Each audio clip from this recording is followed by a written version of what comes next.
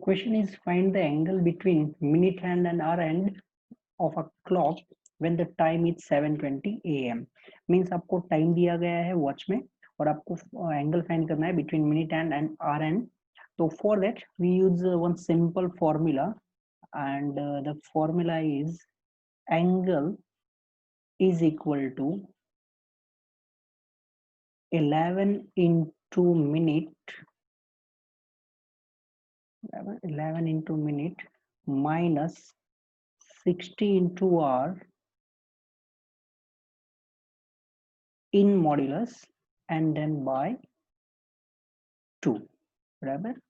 कोई भी टाइम दिया है आप ये फॉर्मूला का यूज करेंगे आपको angle between minute and hour hand मिल जाएगा. तो यहाँ पर जो हमें टाइम दिया गया है 11 इंटू आप मिनट देख सकते हैं 20 है minus 60 into here r is given 7 and by 2. तो 11 into 20 220 minus 420 by 2. 220 minus 420 is minus 200. Minus 200 in modulus will give 200 upon 2. ये जो एंगल होगा वो आपको मिल जाएगा 100. अब ये जो एंगल आएगा वो डिग्री में आएगा. बराबर. This one is 100 degree. That's your answer. अगर आपको कभी भी कोई टाइम दिया गया है और एंगल फाइंड करना है between minute hand and hour and then you can use this formula to find it. Okay. अब यहाँ पर हम कोई डिफरेंट टाइम लेके इसमें क्वेश्चन नहीं करेंगे. सिंपल सा फॉर्मूला है. टाइम आप चेंज करते जाएंगे और आपको आंसर मिलते जाएंगे. नेक्स्ट वन इज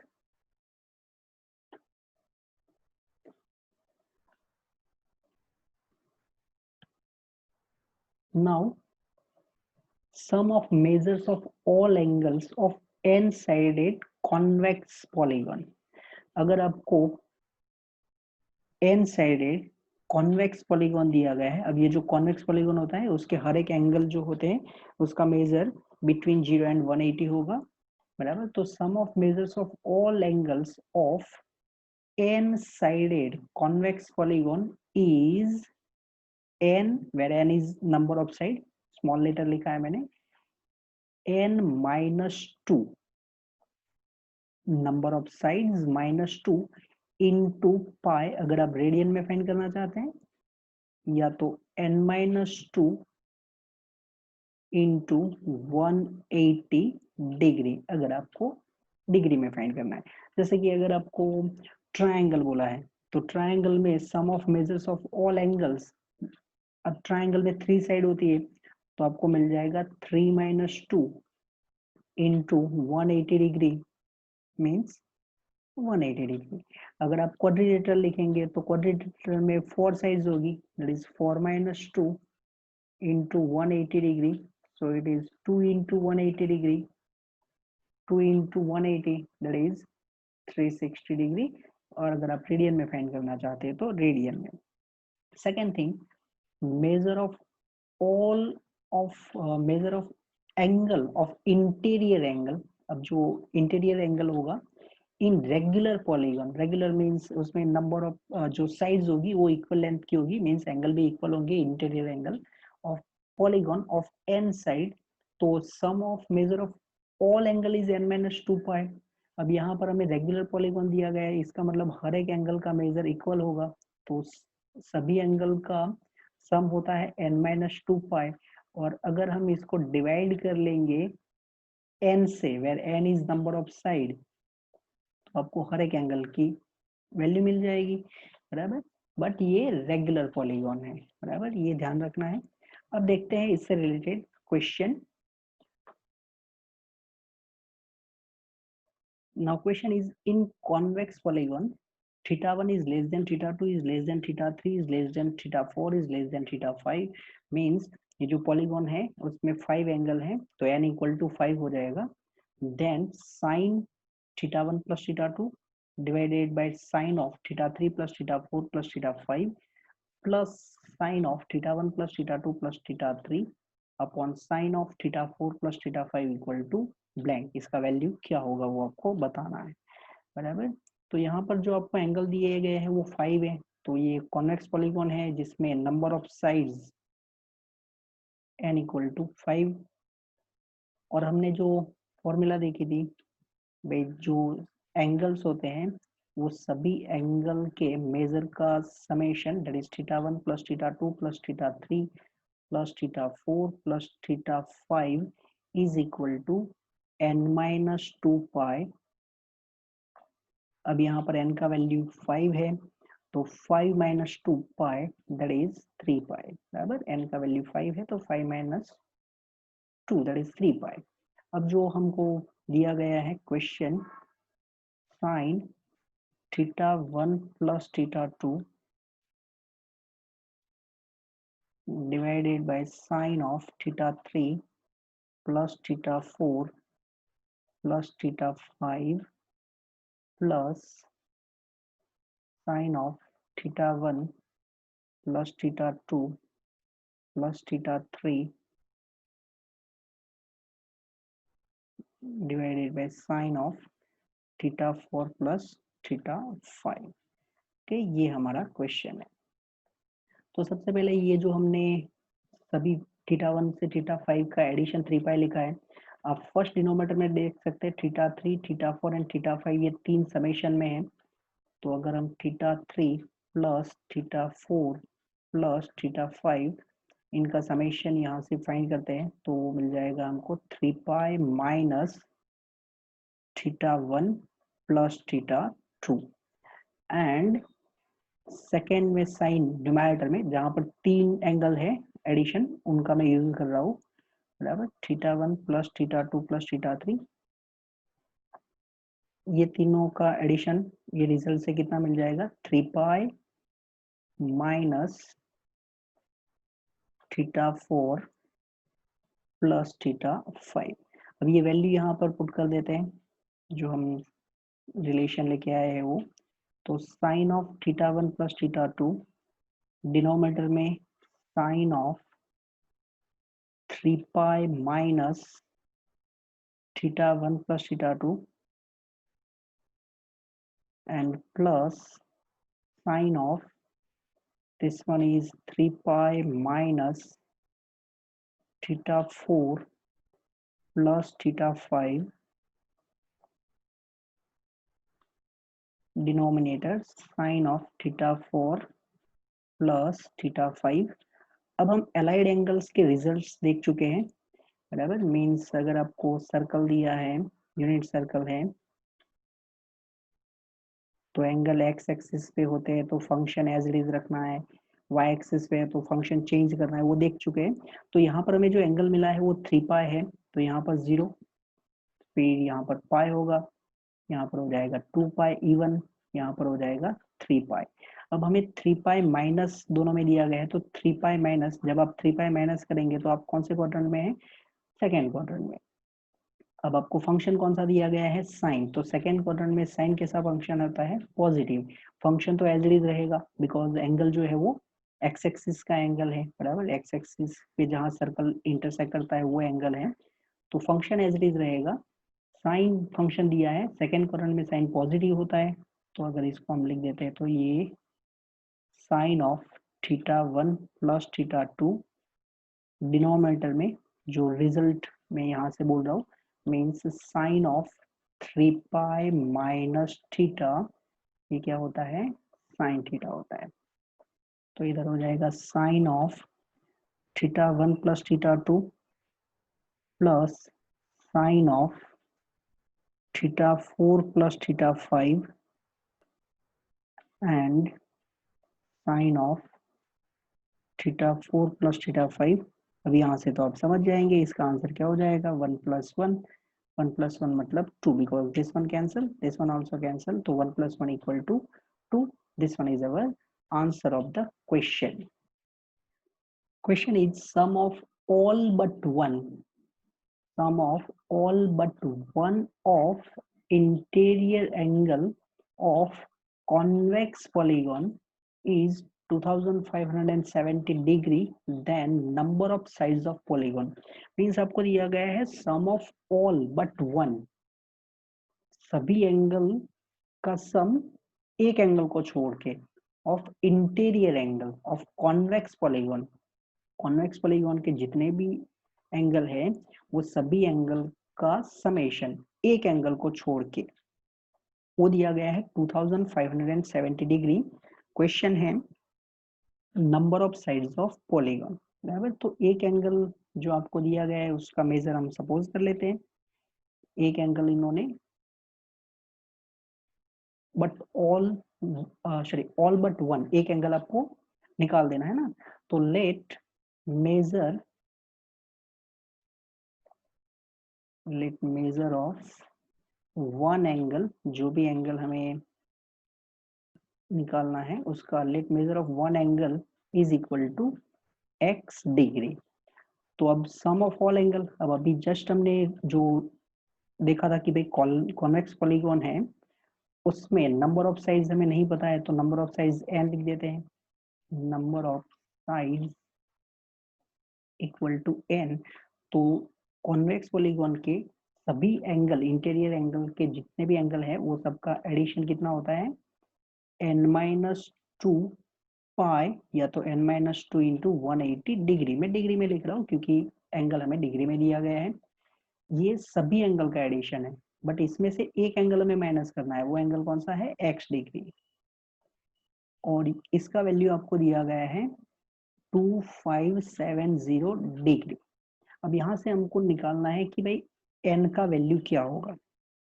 तो फ्रॉम दिस वन हम लिख सकते हैं n-2 into 180 degree minus 2570 degree is equal to x degree. अब आपको दिया गया है कॉन्वेक्स पॉलीगॉन, तो कॉन्वेक्स पॉलीगॉन में जस्ट मैंने डेफिनेशन बोला था तो तुरंत बोला कि भाई कॉन्वेक्स पॉलीगॉन में जो एंगल होते हैं वो सभी एंगल का measure between 0 degree and 180 degree होता है, बराबर। तो आपका इंटीरियर एंगल जो भी है x डिग्री उसका वैल्यू क्या होगा बिटवीन 0 एंड 180 डिग्री होगा, राइट। तो ये 0 भी डिग्री में है, so it is 0 degree n-2 into 180 degree minus 2570 degree is less than 180 degree. अब हर एक में हम 2570 डिग्री ऐड कर लेते हैं, तो सबसे पहले मिल जाएगा 2570 डिग्री क्योंकि 0 डिग्री में ऐड किया हमने। मिडल में हो जाएगा n-2 इंटू 180 डिग्री, लास्ट में हो जाएगा 180 डिग्री प्लस 2570 डिग्री। अब यहाँ से हम क्या करेंगे डिवाइड बाय 180 डिग्री, बराबर। ये जितने भी हैं वो सबको 180 डिग्री से डिवाइड कर लो आप, तो डिवाइड ईच बाय 180 डिग्री। तो आप डिवाइड करेंगे 2570 डिग्री को 180 डिग्री से, तो आपको मिल जाएगा 14.27, बराबर। डिवाइड तो आप कर सकते हैं 14.27, मिडल में हो जाएगा n-2 क्योंकि हम 180 डिग्री से डिवाइड कर रहे हैं, लेस देन 180 डिग्री को 180 से डिवाइड करेंगे तो ये हो जाएगा 1, और 2570 को डिवाइड करेंगे तो 14.27 means it is 14.27 less than n-2 less than 14 plus 1 27, n-2 है, 2 ऐड कर लेते हैं, अगर आप 2 ऐड करेंगे तो 14 plus 2 that is 16.27 n and 15 plus 2 that is 17.27. why? because add 2। अब जो नंबर ऑफ साइड्स होती है वो तो डेफिनेटली इंटीजर होगा, तो 16.27 एंड 17.27 के बीच में एक ही इंटीजर है और वो इंटीजर है n इक्वल टू 17। तो sum of all angles is what sorry number of sides of polygon is 17। okay, this one is our answer, if theta belongs to open interval 0 to pi by 2, f1 equal to sin theta raised to cosec theta, f2 equal to cosec theta raised to sin theta, f3 equal to sin theta raised to sin theta, and f4 is cosec theta raised to cosec theta. तो आपको order decide करना है, means सबसे smallest कौन है, f1 f2 f3 f4 में कौन सा सबसे स्मॉलेस्ट है, देन उससे ग्रेटर, और सबसे ग्रेटेस्ट कौन है वो आपको डिसाइड करना है, बराबर। तो इसको सिंपल तरीके से अगर सॉल्व करना है तो आप ये कर सकते हैं कि भाई theta belongs to 0 to pi by 2 है, तो आप बिटवीन 0 एंड पाई बाई 2 कोई भी एक एंगल सिलेक्ट कर लो, बराबर। बट बेटर है कि मैं एक ऐसा एंगल सिलेक्ट करूं जिससे मुझे इरेशनल नंबर ना मिले, तो थीटा की वैल्यू हम सपोज कर लेते हैं 30 डिग्री, बराबर। और अब हर एक का वैल्यू फाइंड कर लेते हैं। तो सबसे पहले हो जाएगा f1 sine 30 degree raise to cosec 30 degree. अब साइन 30 डिग्री हो जाएगा 1/2 रेश टू 2 पावर, तो 1/2 का स्क्वायर दैट इज 1/4। नेक्स्ट पे आ जाते हैं f ऑफ 2 मतलब cosec 30 degree raise to sin 30 degree, cosec 30 that is 2 sin 30, यहाँ पर 2 है, 2 रेश टू 1/2, बराबर। 2 रेश टू 1/2 जिसको हम √2 लिख सकते हैं। इसका अप्रोक्सीमेटली अगर वैल्यू निकालने जाएंगे तो 1.41 अप्रोक्सीमेट वैल्यू है ये। 1/4 अगर इसको निकाल देते हैं तो ये 0.25 हो जाएगा। f(3) भी फाइंड कर लेते हैं। f(3) sin theta that is sin 30 degree raise to sin 30 degree 1/2 raise to 1/2, so it is 1 upon √2, and f of 4 that is cosec 30 degree raised to cosec 30 degree, cosec 30 is 2 raised to 2 is equal to 4। अब यहाँ से आप पता लगा सकते हैं कि सबसे स्मॉलेस्ट कौन होगा, तो ये 1/√2 है, बराबर। यहाँ पर डिनोमिनेटर में 4 था और ये √2 है, तो √2 का अप्रोक्सीमेटली 1.41 होता है, तो डेफिनेटली सबसे स्मॉलेस्ट जो नंबर हो जाएगा वो 1/4 होगा। डिनोमिनेटर 4, यहाँ पर डिनोमिनेटर √2 है, जितना डिनोमिनेटर ग्रेटर उतना ही होल नंबर लेस होगा, तो सबसे स्मॉलेस्ट हो जाएगा f of 1। आफ्टर दैट एक और रेशियो है 1/√2, तो उसके बाद टर्न आएगा f of 3।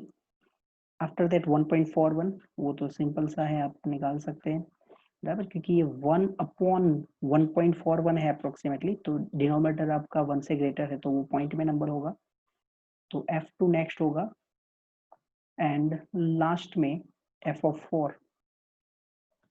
तो ये हमने ऑर्डर डिसाइड कर लिया कि भाई f1 f2 f3 and f4 में क्या ऑर्डर है, ओके। अब हम क्वेश्चन करते हैं रेंज रिलेटेड, मींस जो ट्रिगोनोमेट्रिक फंक्शन है जिनकी हम रेंज जानते हैं उनसे रिलेटेड क्वेश्चन करते हैं। और ये फर्स्ट क्वेश्चन है, find the values of a for which a square minus 6 sin x minus 5a is less or equal to 0 for every x belongs to R। ये सिंबल होता है for every का, okay.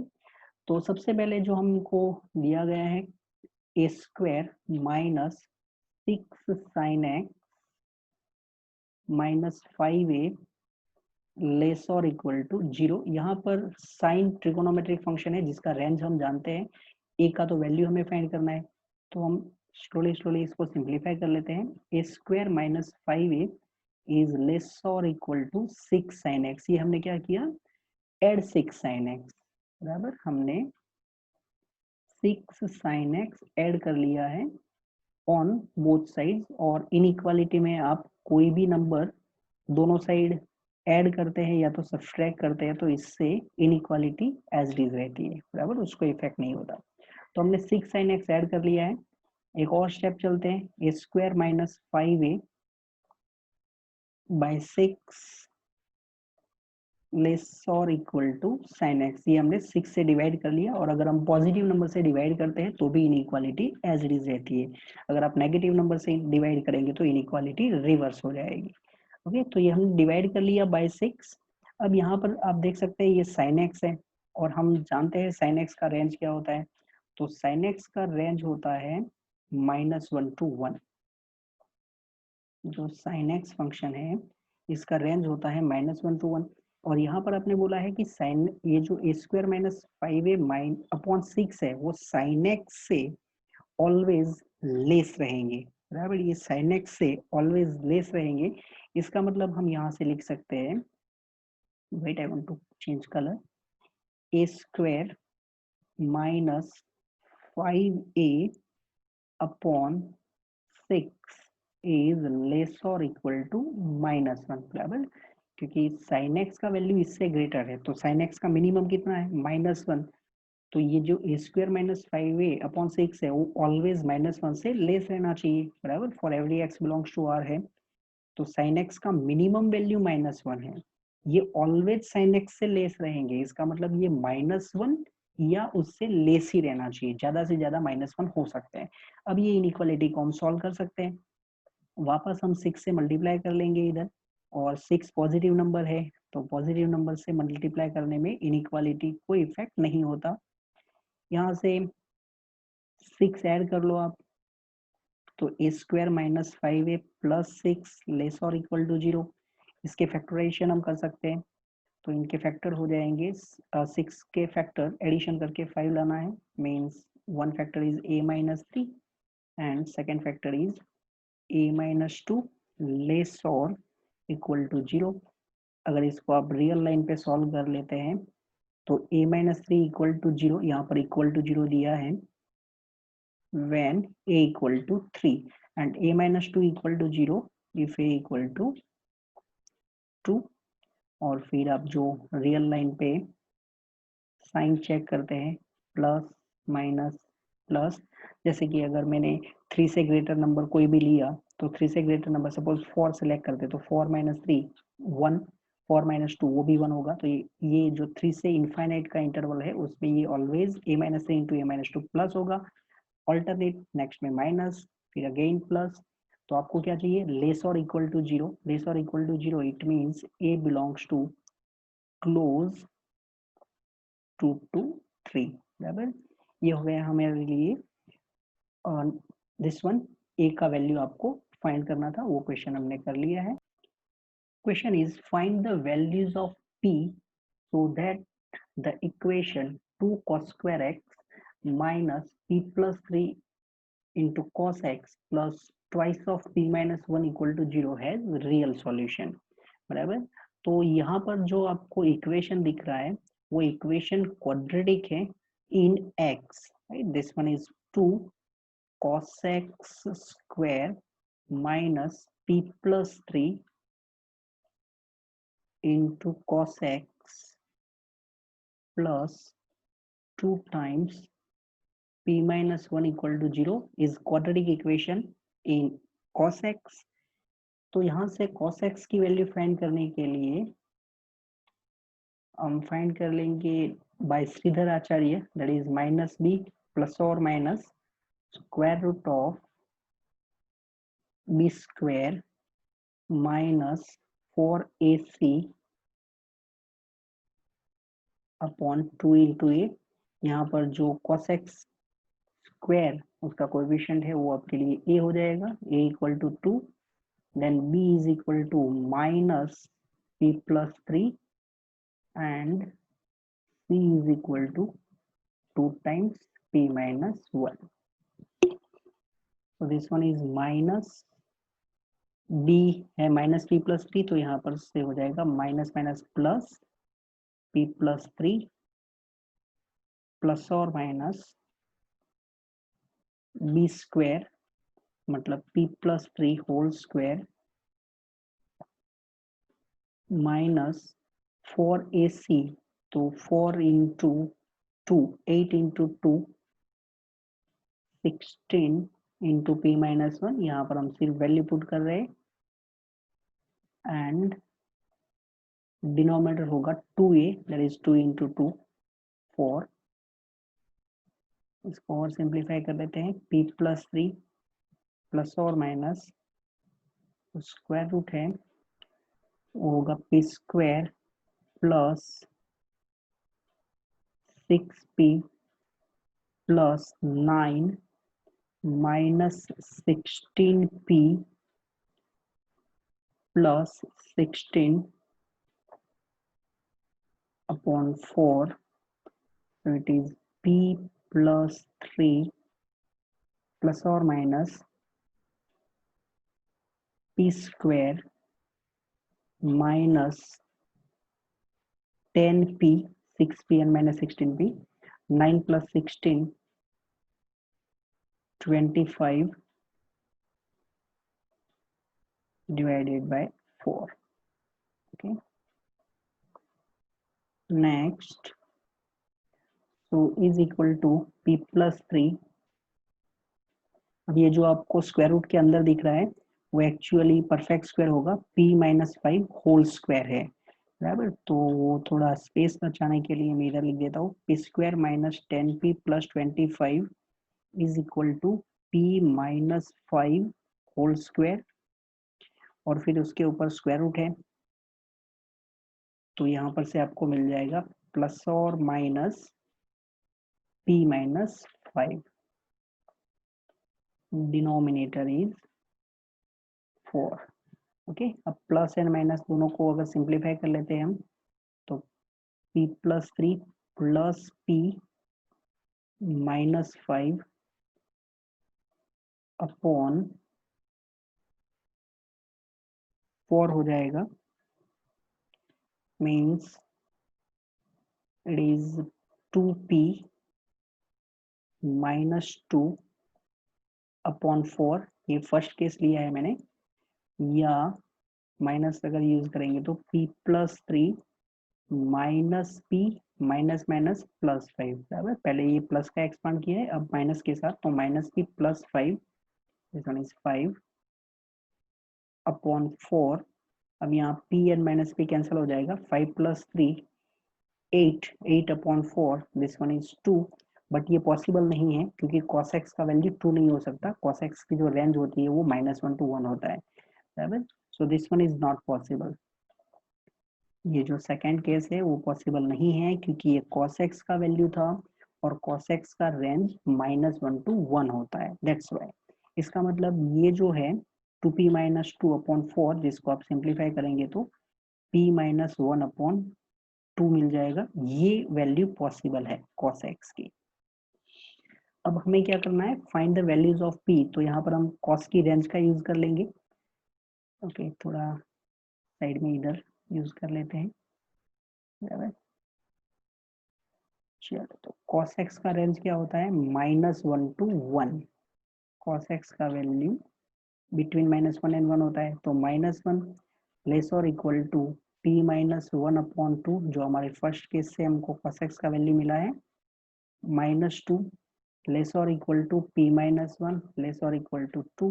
अगर हम 1 add कर देंगे तो यहाँ पर मिल जाएगा -1 p, और ये हो जाएगा 3। तो p का रेंज क्या हो गया, -1 to 3, बराबर। Find the values of p, this one is our answer. Question is, find the values of x for which 3 cos theta equal to x square minus 8x plus 19 holds good। Means आप x की ऐसी value find करो जिससे ये जो equation है वो true हो जाए, बराबर। तो लेफ्ट साइड में ट्रिगोनोमेट्रिक फंक्शन है, राइट साइड में आपको क्वाड्रेटिक दिख रहा है। अब यहाँ पर x की वैल्यू फाइंड करनी है आपको, तो सबसे पहले जो हमको फंक्शन दिया गया है ट्रिगोनोमेट्रिक, उसकी रेंज देख लेते हैं। तो cos थीटा, इसका रेंज होता है -1 to 1, बराबर, क्लोज। यहाँ पर 3 cos थीटा है, तो अगर हम 3 से मल्टीप्लाई कर लेंगे तो ये हो जाएगा -3 cos थीटा लेस और इक्वल टू 3। इसका मतलब 3 cos थीटा का मिनिमम वैल्यू -3 होगा, मैक्सिमम वैल्यू 3 होगा। This one is for LHS। Okay, अब आते हैं राइट साइड में। राइट साइड में आपको दिया गया है x² - 8x + 19। यहाँ पर हम ये जो क्वाड्रेटिक है इसको परफेक्ट स्क्वायर बनाने का ट्राई करते हैं। तो परफेक्ट स्क्वायर बनाने के लिए एक्स स्क्वायर माइनस 8x आपको लास्ट टर्म लेना चाहिए यहाँ पर 16, बराबर, क्योंकि अगर आप 16 लेंगे तो ये x माइनस 4 होल स्क्वायर हो जाएगा। 19 माइनस 16, अब परफेक्ट स्क्वायर कैसे बनाते हैं वो आप लोअर क्लास में देख चुके हैं। सो दिस वन इज, ये 16 मैंने प्लस किया तो यहाँ पर माइनस भी कर दिया। ये जो स्टार्टिंग के 3 टर्म है वो आपको परफेक्ट स्क्वायर दे देंगे, x minus 4 whole square and 19 minus 16, 19 minus 16 is equal to 3। अब ये x माइनस 4 होल स्क्वायर है तो square is always non negative. x minus 4 whole square ये ऑलवेज नॉन नेगेटिव, मतलब मिनिमम वैल्यू इसका 0 होगा या तो 0 से ग्रेटर ही होगा, इसका वैल्यू नेगेटिव नहीं आ सकता। तो x minus 4 whole square is always more और equal to 0। x minus 4 whole square plus 3 है तो अगर हम 3 ऐड कर लेते हैं तो ये 3 ऐड करने पर 0 plus 3 that is 3 and this one is x minus 4 whole square plus 3। तो अब यहाँ पर आप देख सकते हैं 0 प्लस 3 का वैल्यू 3 हो गया और ये आपका RHS है। तो 3 से आपका RHS है वो या तो ग्रेटर या तो इक्वल होगा। RHS की मिनिमम वैल्यू 3 है, LHS की मैक्सिमम वैल्यू 3 है। तो ये इक्वेशन को ट्रू रखने के लिए हमें क्या करना पड़ेगा, तो cos थीटा जो है उसकी 3 cos थीटा की मैक्सिमम वैल्यू 3 है and x minus 4 whole square plus 3 इसका मिनिमम वैल्यू 3 है। तो LHS को 3 होना पड़ेगा। LHS अगर 3 होता है एंड RHS भी 3 होता है, यही एक पॉसिबिलिटी है। लेफ्ट एंड राइट अगर दोनों 3 हो जाते हैं then this equation is true. तो LHS equal to 3 that is 3 cos theta, 3 cos theta equal to 3, 3 cos theta equal to 3, इसका मतलब cos थीटा कितना हो जाएगा, 1 हो जाएगा। अब cos थीटा 1 कहाँ पर होता है, तो cos थीटा 1 अगर आपको यूनिट सर्कल पता है तो यूनिट सर्कल में ये होता है 1,0, जो फर्स्ट कोऑर्डिनेट होता है वो cos होता है। यहाँ पर जो एंगल होते हैं वो होते हैं 0, 2 pi, 4 pi, 6 pi, minus 2 pi. In short in general इसको लिख सकते हैं इवन मल्टीपल ऑफ पाई, बराबर। तो cos थीटा इक्वल टू 1, तो theta equal to 2n pi where n belongs to z and RHS को 3 बनाना है, जो कि यहाँ पर सिर्फ x ही पूछा था बट मैंने थीटा भी फाइंड कर लिया है। RHS x minus 4 whole square plus 3, इनको भी 3 होना चाहिए। It means x minus 4 whole square is equal to 0 and therefore x equal to 4। तो अगर x की वैल्यू 4 होती है एंड थीटा का वैल्यू 2n पाई है तो ये जो इक्वेशन है वो ट्रू रहेगा। Okay, sin square theta 1 plus sin square theta 2 plus sin square theta 3 equal to 0, then which of the following is not possible value of cos theta 1 plus cos theta 2 plus cos theta 3? ये 4 option है, 3, -3, -1 and -2, इसमें से कौन सी value possible नहीं है। Okay, तो सबसे पहले sin square theta 1 plus sin square theta 2 plus sin square theta 3 equal to 0। अब स्क्वायर इसका मिनिमम वैल्यू 0 होता है, स्क्वायर का मिनिमम वैल्यू 0, स्क्वायर का मिनिमम वैल्यू 0 ही होता है और ये 3 नॉन नेगेटिव नंबर है और उनका एडिशन 0 हो रहा है। इसका एक यहाँ पर एक ही पॉसिबिलिटी है, अगर ये तीनों 0 हो जाए, that is sin square theta 1 sin square theta 2, क्योंकि स्क्वायर का मिनिमम वैल्यू 0 होता है, तो sin स्क्वायर थीटा 3, ये तीनों को एग्जैक्टली 0 होना पड़ेगा, देन इट इज पॉसिबल। अब हम आइडेंटिटी जानते हैं और वो आइडेंटिटी है sin square theta plus cos square theta is equal to 1। अगर sin स्क्वायर थीटा 0 है तो cos स्क्वायर थीटा कितना हो जाएगा, तो cos स्क्वायर थीटा हो जाएगा 1। बिकॉज साइन स्क्वायर थीटा को अगर हम 0 लेते हैं तो कॉस स्क्वायर थीटा 1 हो जाएगा। इसका मतलब यहाँ से हो जाएगा cos square theta 1 is equal to cos square theta 2 is equal to cos square theta 3 is equal to 1, and it gave cos theta 1 equal to cos theta 2 equal to cos theta 3 equal to plus और minus 1। बराबर, तो ये जो value है cos theta 1, cos theta 2 and cos theta 3, इनका value plus और minus 1 हो सकता है। अब यहाँ पर आपको जो फाइंड करना है वो हम केस बना लेते हैं, cos theta 1 plus cos theta 2 plus cos theta 3। अब पहला तो ये हो सकता है कि भाई ये तीनों का वैल्यू प्लस 1 हो, ऑल आर 3 ये हो सकता, सॉरी ऑल आर 1, बराबर, ऑल आर, अब ये 1 डिजिट लिख रहा हूं मैं, ऑल आर 1, तो ये केस में आंसर क्या हो जाएगा 1 प्लस 1 प्लस 1 दैट इज 3। तो 3 तो वैल्यू पॉसिबल है। अगर ये तीनों -1 हो जाते हैं, अगर तीनों cos theta 1 cos theta 2 and cos theta 3 तीनों -1 हो जाएंगे तो मिल जाएगा -1 -1 एंड -1, आंसर इज -3। तीनों अगर -1 है तो अब ऑल आर 1 ऑल आर -1, ऐसा भी तो हो सकता है 1 कौन सा, उसको हम इंपॉर्टेंस नहीं दे रहे हैं, one of them is 1, बराबर, one of them is 1 and others means बाकी के जो दो है वो others 2 -1।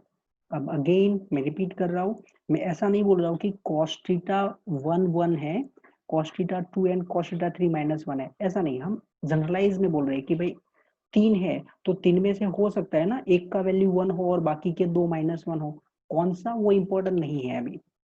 तो 1, अगर एक 1 है और बाकी के दो -1 है तो इस केस में आपका आंसर कितना हो जाएगा -1। अब यहाँ से आप कम से कम इतना तो समझ ही चुके हैं कि भाई 3 आंसर आ चुका है, -3 भी आंसर आ चुका है, -1 भी आ चुका है, तो -2 नहीं होगा डेफिनेटली, बट फिर भी जो एक केस बाकी रहा है वो है one of them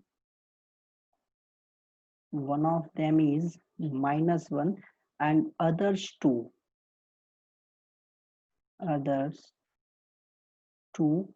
1। अगर ये केस हो गया तो -1 +1 +1, ये केस में आंसर क्या होगा 1 होगा। तो ये 4 आंसर पॉसिबल है, इसका मतलब -2 आंसर पॉसिबल नहीं है। ओके, ये हमने सारे केस यहाँ पर डिस्कस कर लिए। Find the range of fx equal to cos square x plus sec square x, बराबर, तो हमें fx is equal to cos square x plus sec square x एक दूसरे के मल्टीप्लिकेटिव इनवर्स है, ये दोनों का रेंज हमें फाइंड करना है। तो for that a square plus b square, a square plus b square को हम लिख सकते हैं a minus b whole square plus 2ab, right. तो अगर इनका यूज करते हैं, ये जो मैंने साइड में लिखा उसका, तो यहाँ पर हम लिख सकते हैं कि भाई cos x minus sec x whole square plus 2 cos x into sec x, so is equal to cos x minus sec x whole square plus 2 because cos into sec multiplicative inverse तो 1। अब ये square है तो square का minimum value 0 होगा, 0 + 2 so it is always more than और equal to 2। तो यहाँ पर जो आपका फंक्शन है उसका रेंज हो जाएगा close from to open from infinite. यहाँ पर जो क्वेश्चन है इसको आप अनदर मेथड से भी कर सकते हैं, सीक्वेंस एंड सीरीज जो है उसमें arithmetic mean is greater than और इक्वल टू जियोमेट्रिक मीन, उसका भी यूज कर सकते हैं, बराबर। And so this one is range of our F है,